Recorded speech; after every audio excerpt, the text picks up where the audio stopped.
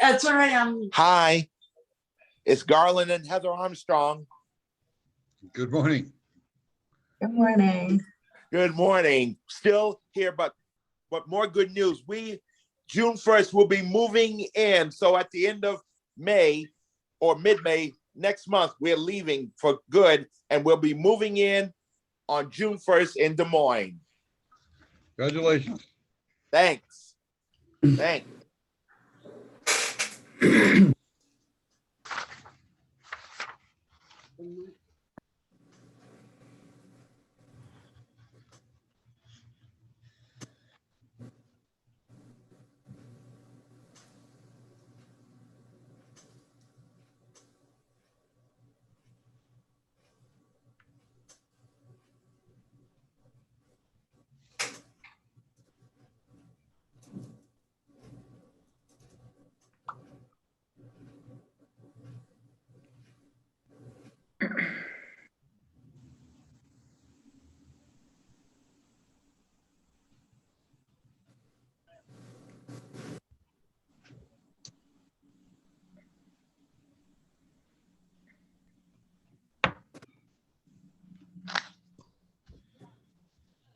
Well, Mayor Bennett, we are still a tad shy of quorum, but that doesn't mean we can't get started while we're getting folks on here, and I can give my update.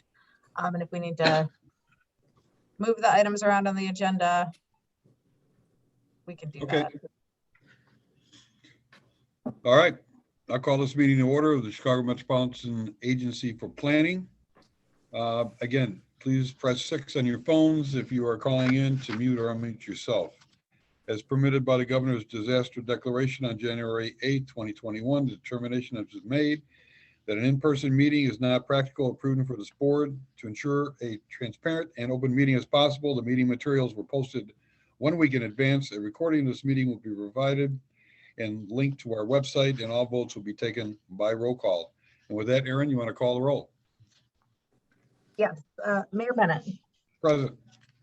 Rita Athos. Present. Frank Beal. Present. President Brawley. Commissioner Cox. Mayor Dart. Here.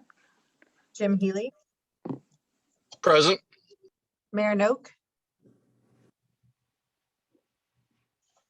President Reinbold. Present. Mayor Rotering. Here. Carolyn Schofield. Here. Deputy Mayor Sheehan. Here. Matt Walsh. Diane Williams. Leanne Redden. Yeah. And Dr. Mohammadian.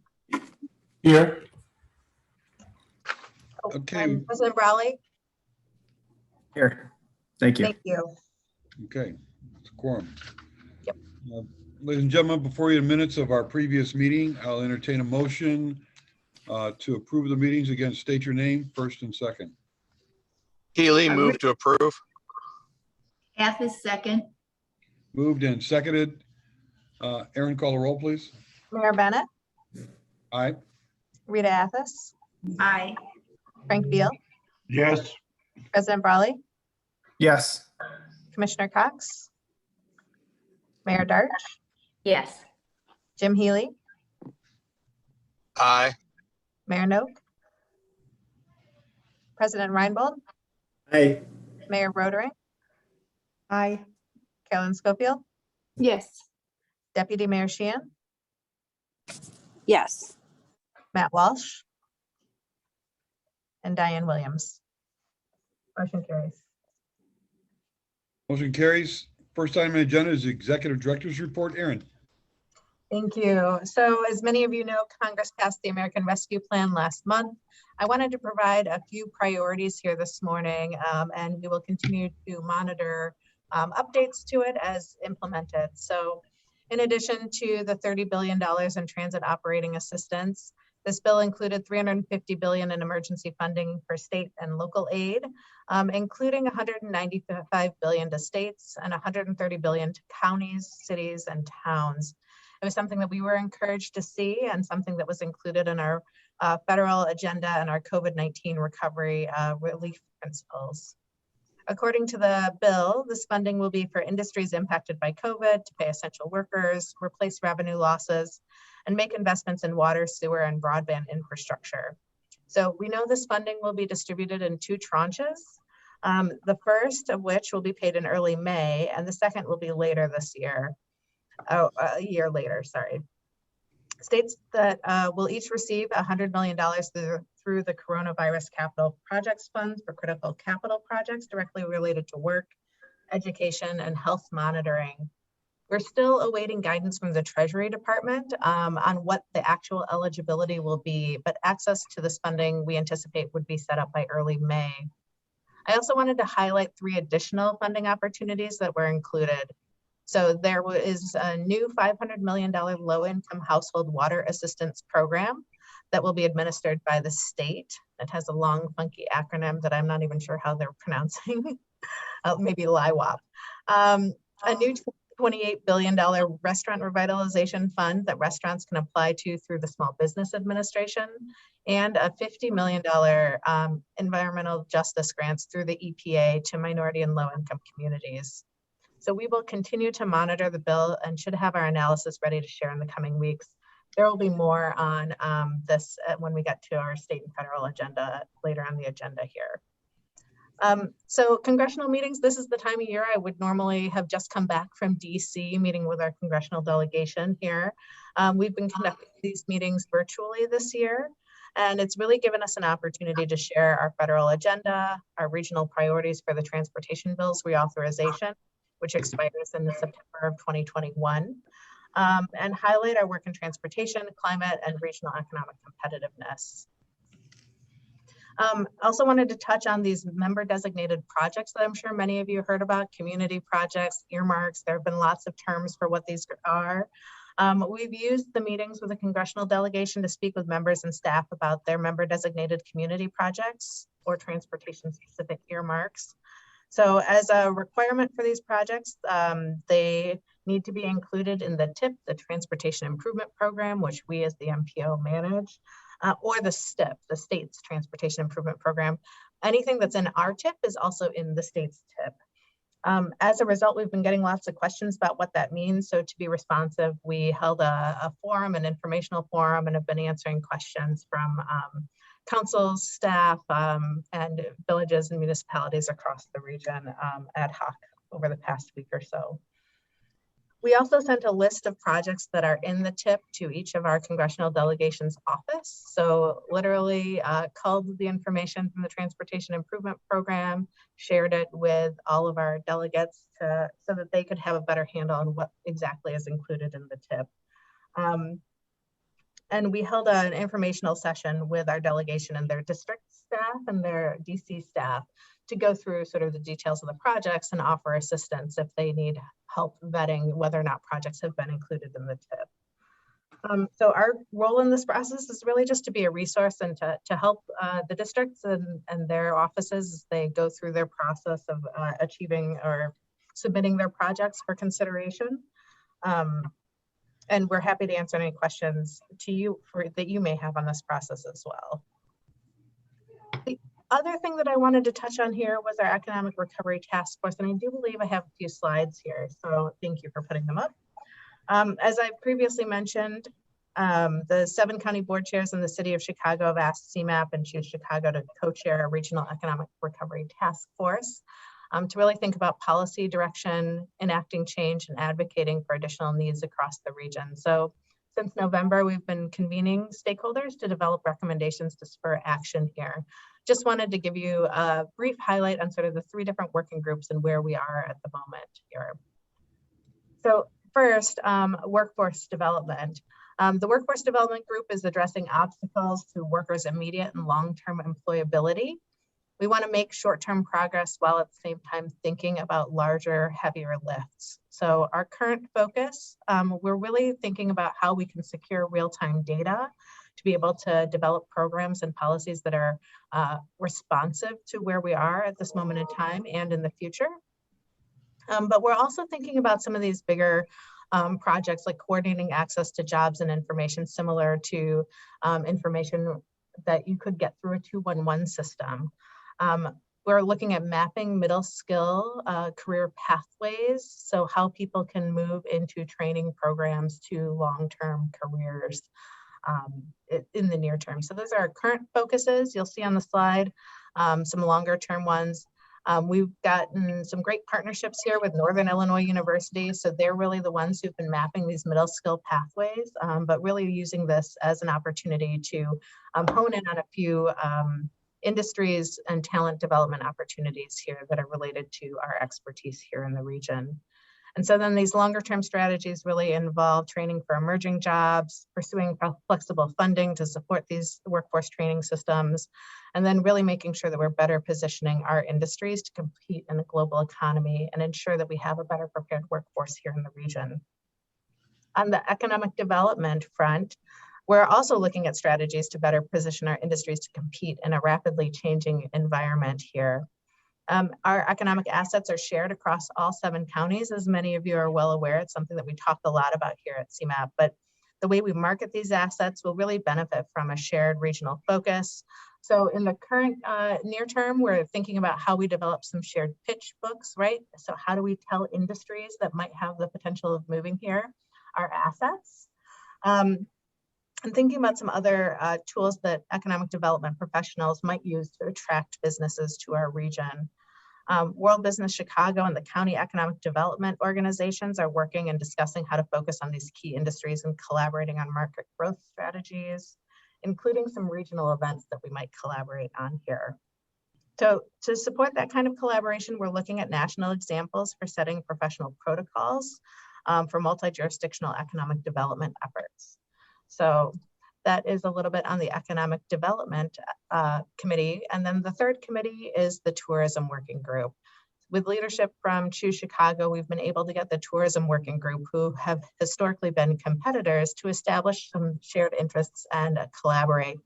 They're probably one of the hardest hit organizations over the pandemic, just given the fact that their funding often comes from hotels and sales taxes that go along with those hotels. But they've been really working together on a joint marketing campaign with the slogan of "The only thing missing is you." These organizations have scraped together $132,300. And while that may not seem significant, I think just given the impacts that these organizations have had, it is a significant amount of money for them to be collaborating on and putting forth an initial seed funding. So there will be a joint marketing campaign over the May to July timeframe.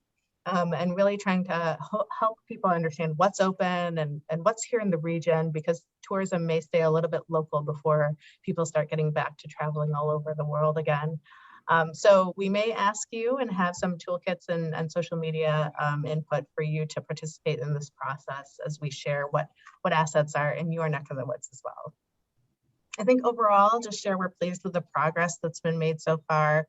And we continue to work together to identify these priorities that will keep you updated. But again, all of these working groups, again, continue to look to sort of opportunities to fund different initiatives, collaborate jointly on grant applications, should there become funding available for continuing to support workforce tourism and regional economic development.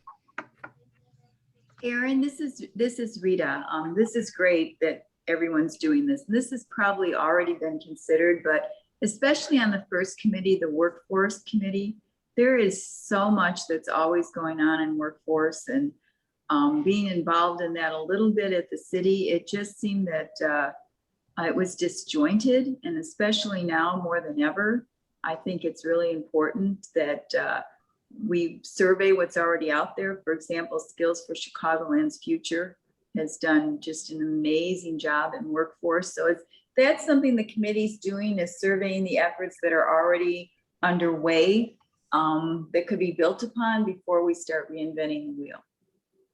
Thanks, Rita. No, and I do believe Skills for Chicagoland's Future is at the table along with a number of the workforce boards. Okay. So yeah, no, it's an exciting opportunity. And I think that the opportunity for collaboration too is heightened, just given the fact that we've all been impacted and all recognize that economic recovery is going to need sort of this multi-pronged approach here. So thank you. Thank you. Two other just notes from my end here, well, three, I suppose. We went ahead and submitted a $1 million grant application to the USDOT's Build America Bureau to develop a regional infrastructure accelerator program here. If awarded, this grant would allow us to set up an infrastructure accelerator program to identify bundling opportunities for infrastructure across the region.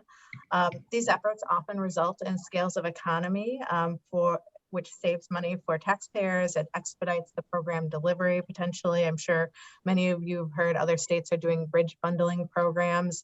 Again, this is one of the things that we have expertise here in CMAP is understanding the cost of projects and how you might add value by bringing those things together. So again, as we think about the future of our region and how we want to make sure that we're getting the best return on investment for our assets, we thought this was a good opportunity for us to apply. So we've submitted that grant application. I just wanted to note that we're thankful for the letters of support we received from all 7 counties, from Senator Durbin and Duckworth's office and Representative Newman as well. So we will let you know if we're successful in that manner. Transportation fees, fines, and fares. Last month, you heard a little bit about this work. The report was released last week, and we will be sharing with you a printed copy of the report, which we'll be sending to you so that you can take a look at the executive summary.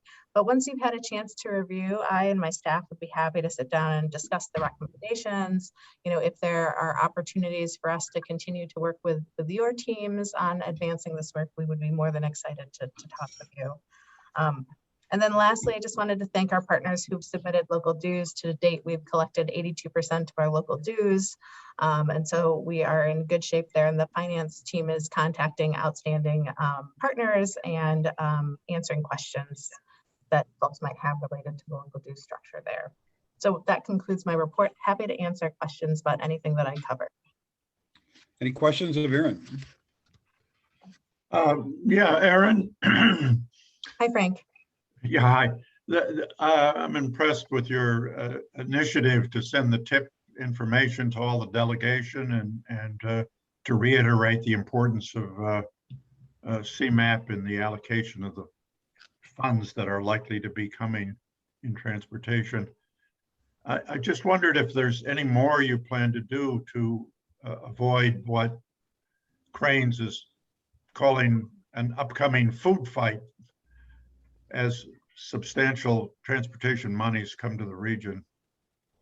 Yeah, good question. So, you know, related to the community projects and the member projects that are identified, you know, one of the positive things I'll say that they've done here is just really the fact that they're focused on projects that are already in the pipeline, as opposed to projects that maybe $1 million or $2 million don't really continue to advocate or advance for, or projects that haven't sort of completed their engineering phase 1 project. So that was just my 2 cents on the earmarks. So the challenge is, yeah, I think is going to be understanding what we're going to have access to, and really those volumes, you know, how much is it going to be per congressional district.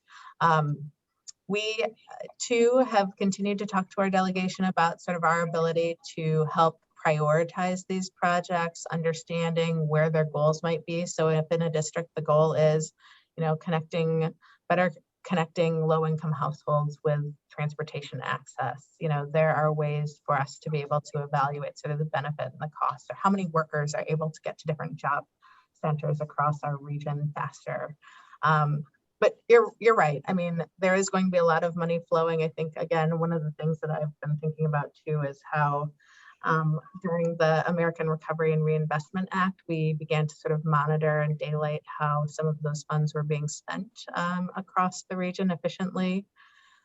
So I think more remains to be seen. I think it's hard for us to tell how much exactly is coming. We've heard anything from earmarked projects being between $15 and $18 million on the House side.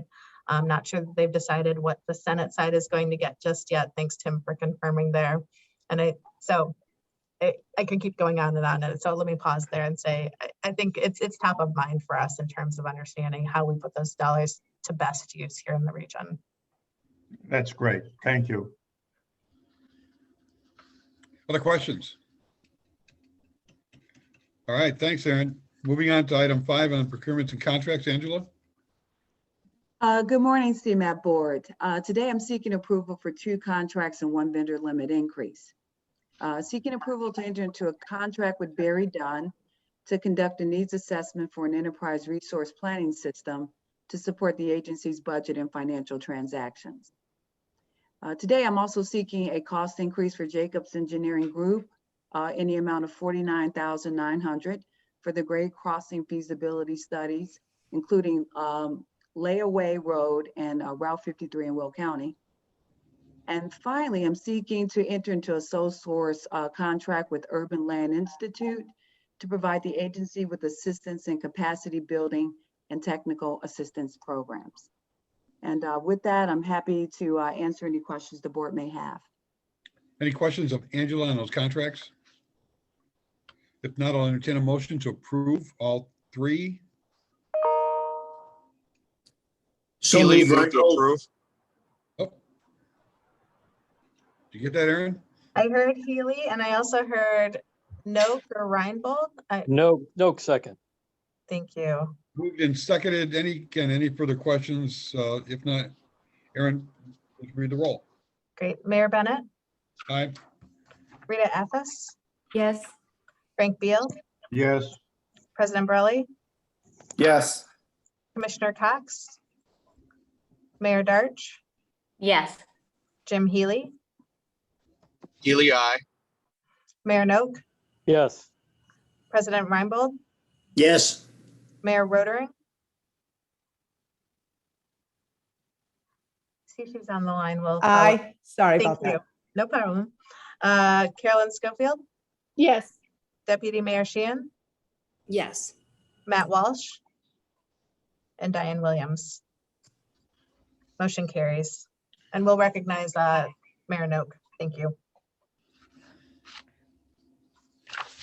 Thank you. Moving on to committee reports. Mayor Reinbold? Thank you, Mr. Chairman. The coordinating committee met this morning.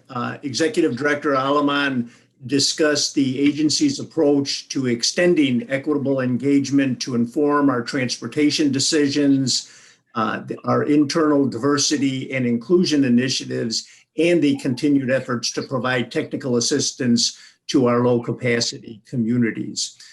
The committee heard a presentation on the Berkeley Prairie Path and Taft Avenue corridor plan. The committee and staff discussed what efforts have been taken to bring the views of underrepresented groups into the discussion, what steps have been taken towards the funding for the proposed improvements, and the general implementation once the plan has been completed. The committee also had a discussion on the Equitable Engagement Program. The contract for this consultant, who is a CNT, was approved at our March board meeting. The staff discussed the impact and the responsibility governments have within this space and within that discussion, the project scope, and also the timeline. The committee and staff had a great discussion about the potential partners that may assist us in this and other questions related to the initiative.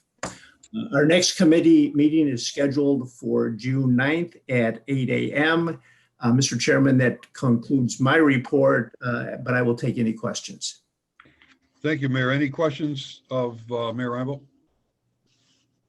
Thank you very much. Moving on to state and federal legislative updates. Gordon and Laura. Hello, everyone. Good morning. Thank you. My name's Tim McMahon. I'll be doing the federal update. Thank you. So I'll just be giving a brief update on what we're looking at the federal level. As Erin mentioned in her report, we've been working with other MPOs on shared priorities in DC and have been in communication with our 3 authorizing committees as an MPO. We met with the Senate banking staff last week to go over some of those priorities and have been in contact with the other committees as we monitor all of these pieces of legislation that I'll go over in a minute. So between these meetings and individual meetings with members of Congress and their staff, I'll just be running through the latest of what we're hearing on major pieces of legislation, starting with the surface transportation reauthorization update. If you can move to the next slide, thank you. So Congress has been ramping up its reauthorization process for transportation. The main authorizing committees have already begun to hold hearings. So Senate Banking and House Transportation and Infrastructure held their hearings for member and administration priorities at the end of last month.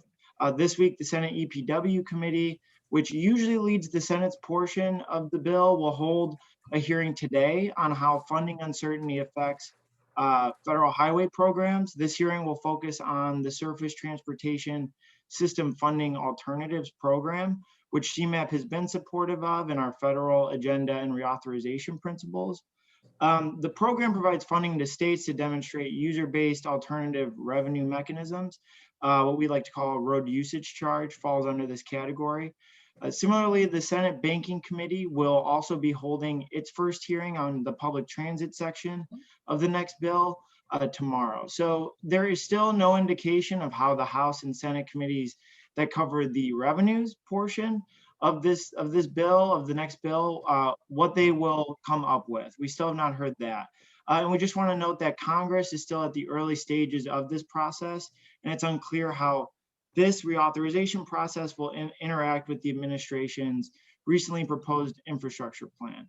So congressional Democrats have said that they are hoping to have an initial bill for reauthorization drafted by the end of May, and the Speaker of the House has said she would like to have something infrastructure related passed as soon as July 4th.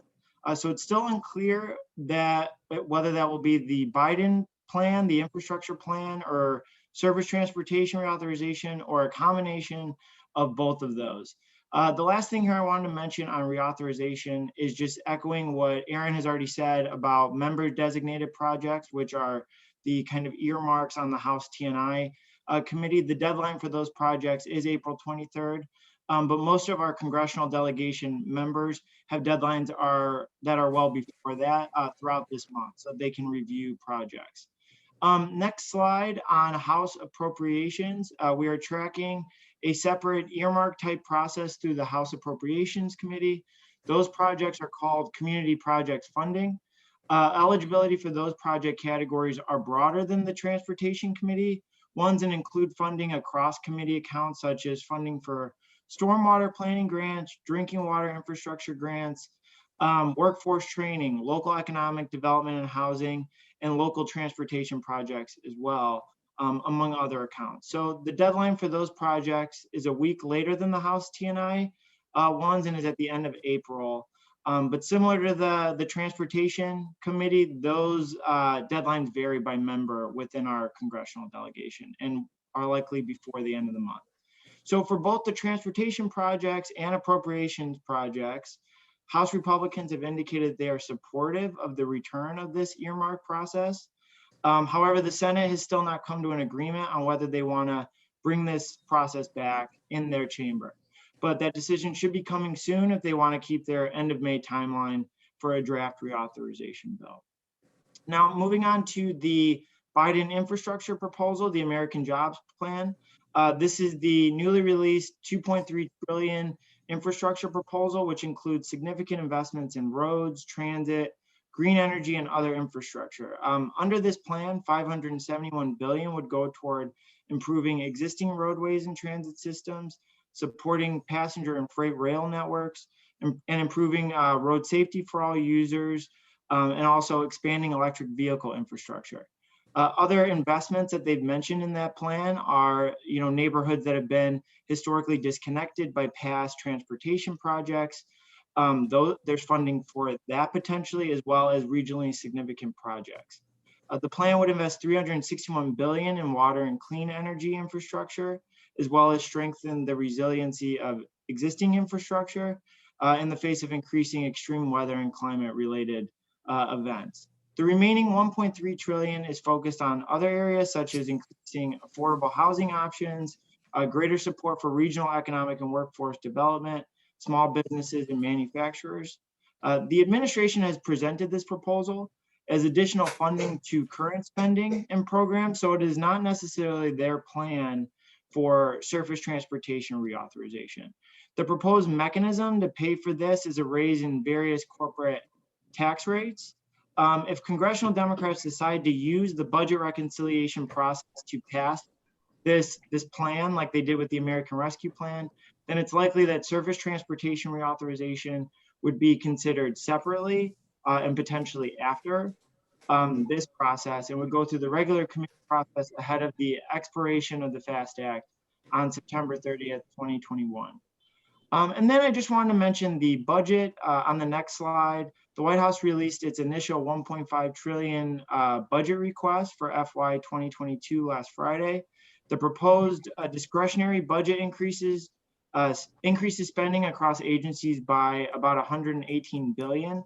USDOT would receive an increase of 317 million, which is on the lower end compared to other agencies, but it's likely because they anticipate increases in this funding through the American Jobs Plan.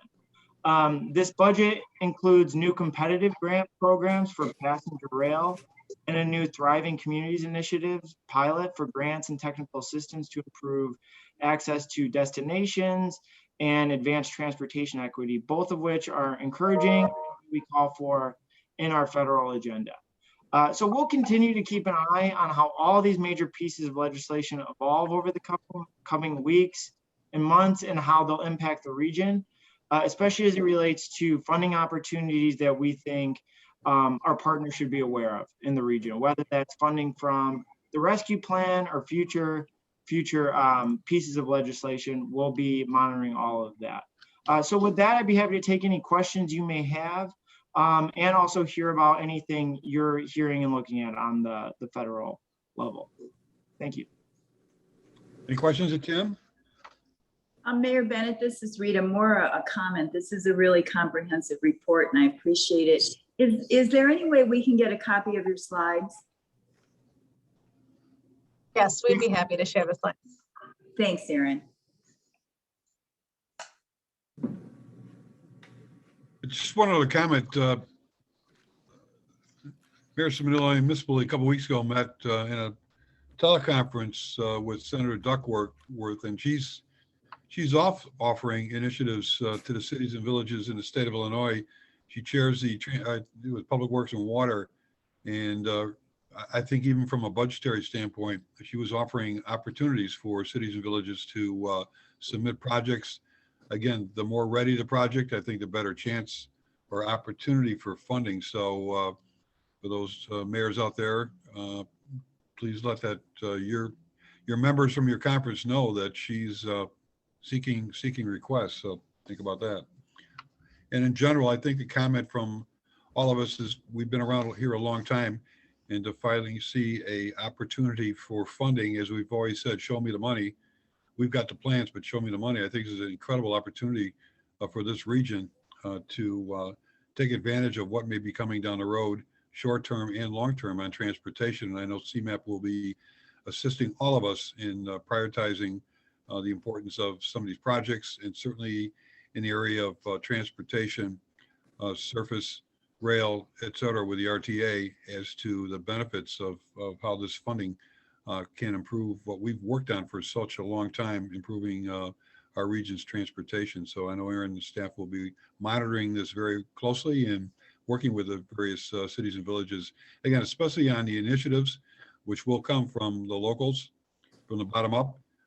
Again, offering any assistance you may need in that planning or submitting of those grants to contact CMAP, and I know we will be there to help you, guide you along the way, so you have success with those projects. So again, this is a great time to potentially see investment in our region at a level that we have not seen certainly in 20, 30 years, I bet. Yes. Thank you, Gordon. Morning, Mayor, morning, Board. Just wanted to talk about the board packet. We've got a number of bills we're seeking your support of, so I'm looking for a motion to approve at the end of this report. But before I get into that, I'd like to cover a couple of things, give a little refresher on our bill review process, and also talk about some of the milestones that have come and gone during the General Assembly session thus far, which has impacted, I'll say, our process internally on when we brought bills before you.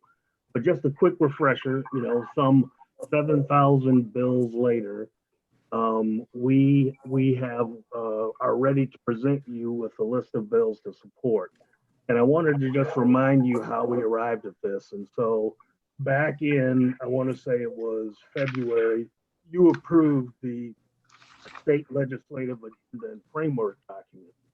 So both those documents we use to narrow our focus on like I said, the 7,000 bills that come before the General Assembly. And we look at it through the lens of the plan onto 2050, CMAP principles for transportation funding, any policy actions taken by both the CMAP board or the MPO policy committee also drives our decisions. And in that process, we gather all the legislation that is relevant to CMAP and our partners. Through our team, the government affairs team, which we now have 4, but we have 2 more sets of eyes looking at things, working in conjunction with our policy staff, we determine whether initiatives have the potential to be implemented or to adversely impact some of the recommendations of on 2050. And that after that, we make a determination whether there's a formal bill analysis process, which is an internal process that we go through that analyzes the impact to the region, to the plan, and if we have any kind of history regarding that, to provide us insight into our recommendations to you. Following that, we make recommendations to you for board approval, and that's where we're at today. But I also wanted to just talk about, now I'm going to stop there and ask if there are any questions that you may have regarding the bill review process. Then I'll keep going. So the Illinois General Assembly, because of the pandemic, the General Assembly has moved a number of the deadlines that they normally put in place that are important for us as far as our bill review process. Historically, we would have requested board approval of bills and legislative initiatives in March, which lines up with the chamber deadline for substantive bills out of committee in the chamber of origin. However, this year, the House deadline for bills out of committee has passed. That was back on Friday, March 26th, just before the General Assembly took its spring recess from remote legislating. I'll just throw that little plug in there. While the Senate's deadline has been moved to this Friday. With that timeline in mind, we're bringing the following bills to your attention and request support for the following legislative initiatives. The first one is House Bill 860, the Cook County Assessor's Bill to require income producing property data to be disclosed in order to improve the assessment process. Onto 2050 calls for better data and increased transparency for decision making. The initiative lines up with this recommendation and could lead to additional investments in the future, especially in disinvested communities. Though this bill has been re-referred to rules, the board has supported this initiative in the past, and we're seeking your approval again. The next 2 bills are House Bills 1953 and Senate Bill 117. These are initiatives of the state treasurer that will allow his office to fund infrastructure through infrastructure financing firms. Enacting this legislation would give local governments more financial tools to fund infrastructure. Onto 2050 calls for the strategic use of public-private partnerships. It's possible that this investment tool would increase private funding available for transportation through the use of public-private partnerships in the future. The next couple of bills are House Bills 270 and Senate Bill 1768, which eliminate the local contribution requirement by IDOT for building bicycle and pedestrian facilities when IDOT rebuilds roadways. This initiative has the potential to improve biking and walking facilities throughout the region. And that basically ends my presentation. I'd be happy to take any questions that you have, but again, I'm reminding you that we're seeking the board's support. Other questions on the presentation by Gordon? On Yeah, those- Gordon, this is Jim Healy. That last bill you were talking about, that's the Senate version. Are you also looking at the House version of that too? Yes, Okay, so both of them would be on our list. so that's, yeah, House Bill 270 and Senate Bill 1768. Okay, thank you. Again, further questions? Mr. Chairman, I'm sorry, I defer. Rick, Karen? you may have the same, I don't know. The first bill, the property tax assessment in Cook County. So are we seeking just the information and is that where the support has been to get the information out there in terms of revenue generation of these buildings across the county and not necessarily at this point supporting one way of assessing or another? I only ask because it's new to me, but given recovery from pandemic, taking a position on one way of assessing value versus income production in commercial buildings could be not helpful at this particular moment to some of these buildings. So if this is just seeking the information, then that's one thing. And Yeah, that's, Mayor, so it's my understanding that this is like national standard practice of requesting this type of information. And so we're not suggesting one way of assessing or another, but just standard practice that's pretty standard, I guess, throughout the nation.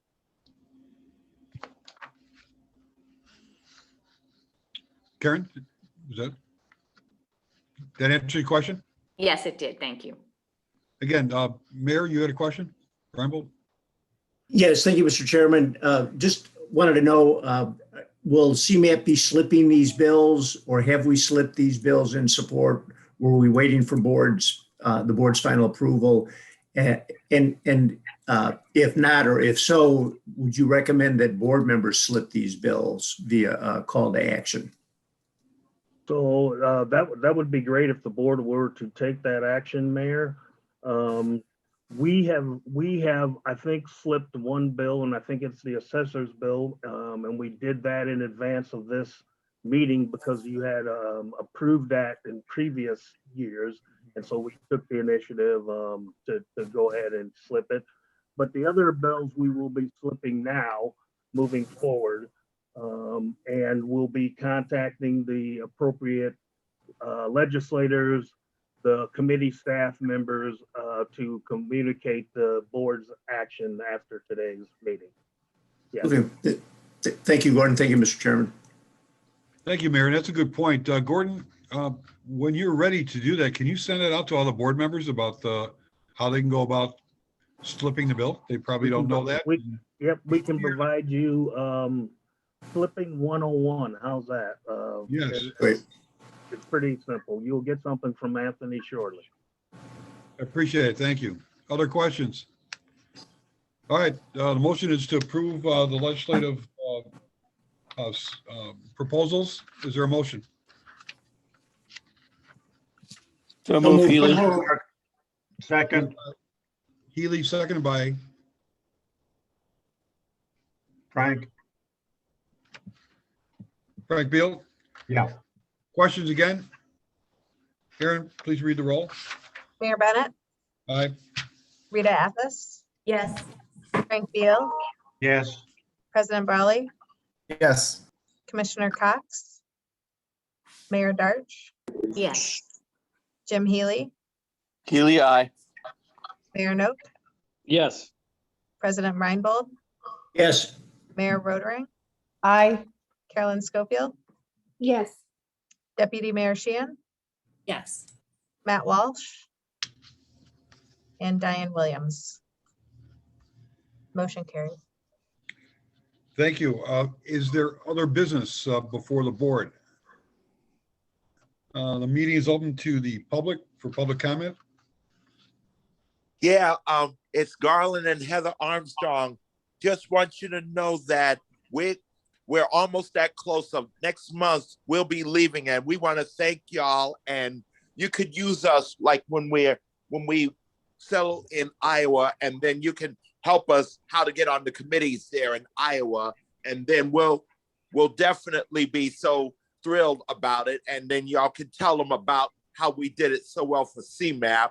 And also to just wanted to say to everybody at CMAP and all those members, thanks for everything. And we'll speak one last time and before we leave next month. And from Heather and I, from the bottom of our hearts, we appreciate y'all for all these years. And you guys have rocked it, and make sure to keep on getting what you got, and make sure that you will keep us in prayers, and we will always remember you guys forever. Thanks. Well, Thanks, thank you. Garland. Thank you very much. Good luck to you, both of you. Thanks. You're welcome. Aaron, any other public comments? We've received no chats and no other requests for making public comment. All right, great. We have getting toward the end of our fiscal year. Please, for our members, attendance is critical over the next 2 months with budgets and finalizing the agency's year end. So please stay in attendance. We will probably again take July and August off like we have in the future. So please again attend the next 2 meetings, which our next meeting will be May 12th. Again, we will do this virtual. We are hoping that by September, we can come back together and meet at our new headquarters, which none of us have seen yet. And I look forward to getting down there prior to our next meeting. But with that in mind, and for the executive committee, we have some important items on the agenda. So executive committee members stay on or come off, get back on go-to meeting, and we will start that promptly. With that in mind, I'll entertain a motion to adjourn. So moved, Richardson Park. Second, Barrington. Karen. By voice vote, all those in favor will signify by a vote of aye. Aye. Aye. Motion carries. Meeting adjourned. Thank you all. Have a good day. Thank you. Thank you. Thank you. Bye. Thank you. Bye. Bye. Bye.